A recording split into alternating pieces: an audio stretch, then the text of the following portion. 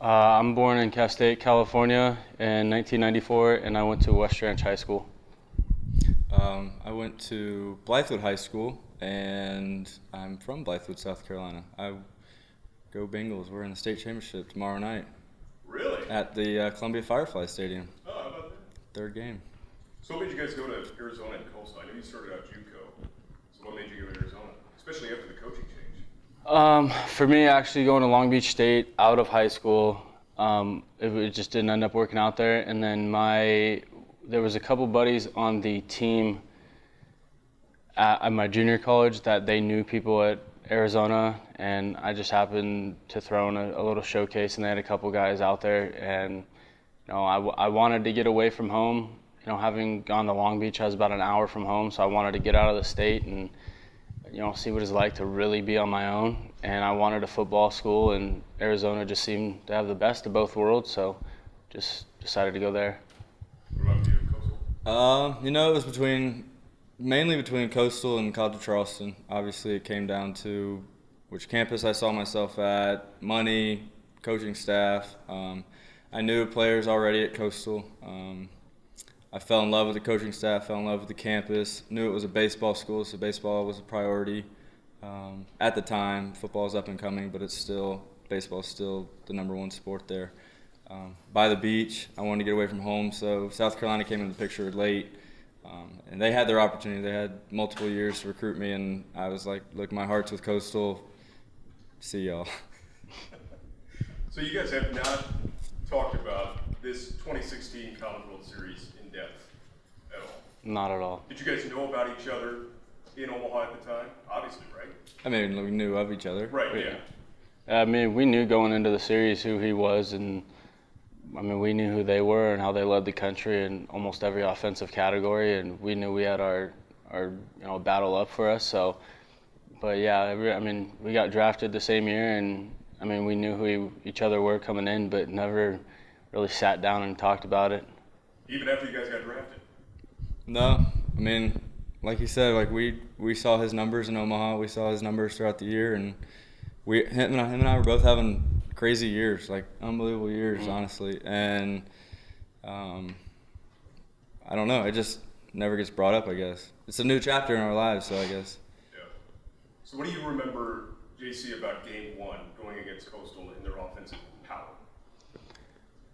For me, I remember, the 20-some thousand people there, and I remember we had just played Mississippi State, and it was the loudest place I'd ever played. And then they doubled the fans at TD Ameritrade, and it was just like, national television going up against a team where, almost every guy had double-digit home runs, and it was, you knew the ball didn't fly a lot there, but you knew that even though it didn't fly enough, like they could still put it out. So it was, kind of just our coaching staff put together a game plan. It was essentially just go out and, not necessarily hope, but just execute enough to where, maybe you get into the 7th, 8th inning and we got a couple guys in the pen that can come out and light up the radar gun, and hopefully they can take over. But it ended up just the chips fell, and a couple nice plays here and there, and we ended up winning game one. And game three, deciding it all. What do you remember about going into that start? So we ended up playing on a Thursday at like 12:15 or 1:15. Yeah, something like that. And the day before, we ended up getting a lightning delay or whatever. We ended up calling the game, so we played on Thursday. And going into Wednesday, I was actually supposed to come out of the pen. Alex Cunningham was supposed to start, and they asked me if I wanted the ball for game 3 because I got an extra day's rest, and I said yeah. And I think it was who pitched game 2? Mike Morrison. I think so. Against Yeah. who threw for y'all? Ginkle. Yeah. Kevin Ginkle. Mike Morrison put on a show that game. A reliever coming out of the pen for his first or second time that year to start put us in a great position, and I think I went like 5 2/3. I gave us a shot to win. That's all I could do. I wouldn't say I was tired, but we'd both thrown a lot. Well, you had thrown 137 pitches the day before, or the start before. Yeah, against TCU. That's insane. It was like, I can't even put it into words, honestly, because our pitching coach, Drew Thomas, he was he kind of knew like my pitch count, but not really. And my head coach had no idea what my pitch count was. Mike Morrison actually was telling our head coach that I was like 20 pitches below each inning. Like, so going into the 8th inning, I think I was at like 101, and he told him I was like at 85. So he was like, he's going back out, obviously. So like he's lying to my head coach so I can keep pitching, and it was like, and I heard that after. I was like, you're crazy, you're nuts. And I think, 137, that's ridiculous. And he threw a complete game. You were the second to throw 2 complete games in the College World Series in the previous 25 years, the 4th pitcher to do that. Did you know that? I knew one of the guys was like Michael Roth or something from USC. Yeah. JC, you put together a pretty impressive scoreless streak. What was it, 16 innings? Yeah. How did you do that? Honestly, I mean, there was a little chip on my shoulder going against UCSB just because having been from California, I knew I didn't want them to beat me. And my catcher at the time for that game was my roommate, and we both kind of had that little like, hey, like we don't like them, so we got to make sure we beat them. So you get the little adrenaline going there, and then, I mean, in the finals, it was, again, I mean, the stars aligned and everything just fell, and it was, I mean, I think it was Paez, the shortstop. I mean, I heard his press conference later. It's like they thought fastball in here was a changeup, and it's like that's almost seemed like how it was. It's like, you know, I'd throw one pitch and it looked like they were expecting another, and you know, it just happened that we were always on the opposite sides of the table, and nothing ever lined up for anybody that game, and you know, it's definitely a game I will never forget. You're also dotting. Per usual, right? Yeah. So going into the College World Series for both you guys, Florida obviously was loaded. Brendan printed off their roster. I think Sean Anderson just made his big league debut a couple of nights ago. 4 or 5 first Right. round? I think so, yeah. Yeah, AJ Puck, Logan Shore, obviously Brady Singer in the organization now. Jonathan India drafted first round. Coar in the organization now. When you were going into Omaha, knowing that they were just as loaded as they were, did you guys even think in your minds, honestly, that you had a shot? Either team. I think for us, we knew the only time we were facing them was in the final, so we got lucky. But we also had Miami that we opened up with, and but I'm sure he can speak more on Florida being. Well, crazy. once we won the Super Regional at LSU at the box, we were like, there's not much more we have to do, you know, to prove that we're good. So it was honestly like every time we dogpiled, so we dogpiled for the Big South tournament, we dogpiled for the region, we dogpiled for the Super Regional. It was always like one more dogpile, one more dogpile, one more dogpile, and like we ran into Florida, and you know, like we have a group meeting with all the guys, and it's like once a week someone will say like we beat 4 first rounders, because like AJ Puck threw in that game. I think Shore started, right? Yep. And then another guy threw that game, and like our hitters just love it.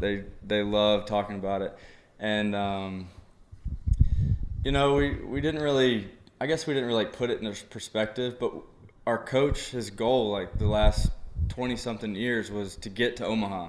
So we were like, we got there, like we did his goal, why not win it, you know? So we always had a positive attitude. We'd go in the hotel lobby and talk about who we're facing and what our hitters should look for and stuff before the game. And honestly, like I talk about it with the guys all the time, no one really like listened. Like none of the information that we got was retained because we were all just so locked in and ready to play. It's I mean, An indescribable feeling. no, yeah, you can't. But okay, talk to me about Rafiki. That was our little mascot. It was after the Georgia Tech 3-game series at Georgia Tech. We ended up losing 3. It was like we had a rain delay. We ended up playing 2 the next day. Got beat in the last 2 innings, the second game, and then ended up getting beat in the third game. And we were on the way home, and we were like a bunch of us were down because we're not hosting regional now. All we pretty much needed to do was win 1 game at Georgia Tech, and we might have gotten a host bid, and we stopped at a gas station, and he found his way on the bus, and we just started winning. It was crazy. It was nuts. We started off the season 7-7, and like our hitting coach he kept saying, "We win 7 out of every 10. We win 7 out of every 10. We'll be there. We'll get in the right place." And we never looked back. I mean, we 8 out of 10, 9 out of 10, 10 out of 10, 7 out of 10, 8 out of 10. It was crazy. What was it like dealing with the media during that whole scenario? It was new. It was a lot. Yeah. But it wasn't like overwhelming. Kaylee Hartung did a really good job Yeah. She's with CNN now, but she, I mean, there was nothing overboard, I don't think. I think they all knew that we were kids at heart. Like we're people that don't get paid to play the game. We essentially are going to school. A lot of the guys were doing summer school while we were there.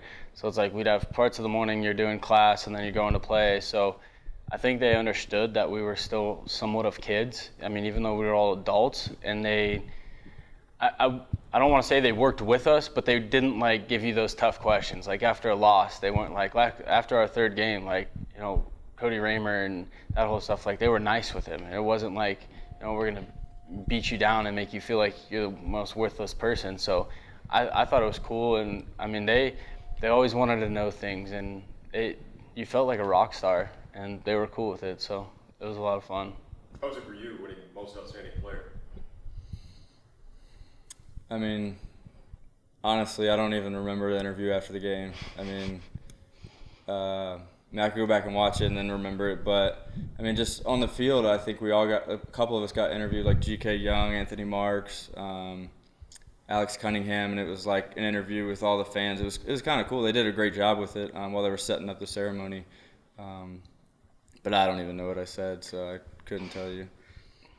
So now that you both are playing in the same organization on the same team, what's that like? I mean, is it weird? Is it to even look back on that 3-game set that you guys had in Omaha and realize, okay, we moved on? I think you said it best at another chapter, right? I don't necessarily think it's that weird. For me, I mean, when I was in Wilmington, I faced Zach Remillard again, and that, like, all the memories came flushing back of just watching the long hair he had, the beard and everything, and him playing third, and the fact that he bunted on me in the 9th inning, and he was out, by the way, but they called him safe. You know, just all the memories come back, and it's fun when you face these guys at the next level. It's like now you put a wood bat in their hand. Now fences may be a little different and different scenario, and you know, that was cool, but I don't remember what your question was now. I just being on the same team. Yeah, honestly, it's fun. I mean, you know, watching him pitch in Omaha, and then now we get to do it together, and then watching us do it against, you know, guys that were probably the best dudes on their college team. I mean, it's definitely an honor, and it's a lot of fun to do. I think it's like it's more fun than anything, especially because we're in the same draft class. So like we're rooting for each other. Not saying that we don't root against people in other draft classes, but it's like we're both senior signs. Mm-hmm. I mean, we're both not underrated. What's the word? Underdog. We're still kind of like underdogs. You know what I mean? So it's kind of, I mean, we both didn't get a shot our junior year, so it's like we're trying to prove something wrong, and we're both in a great position to do that with the Royals.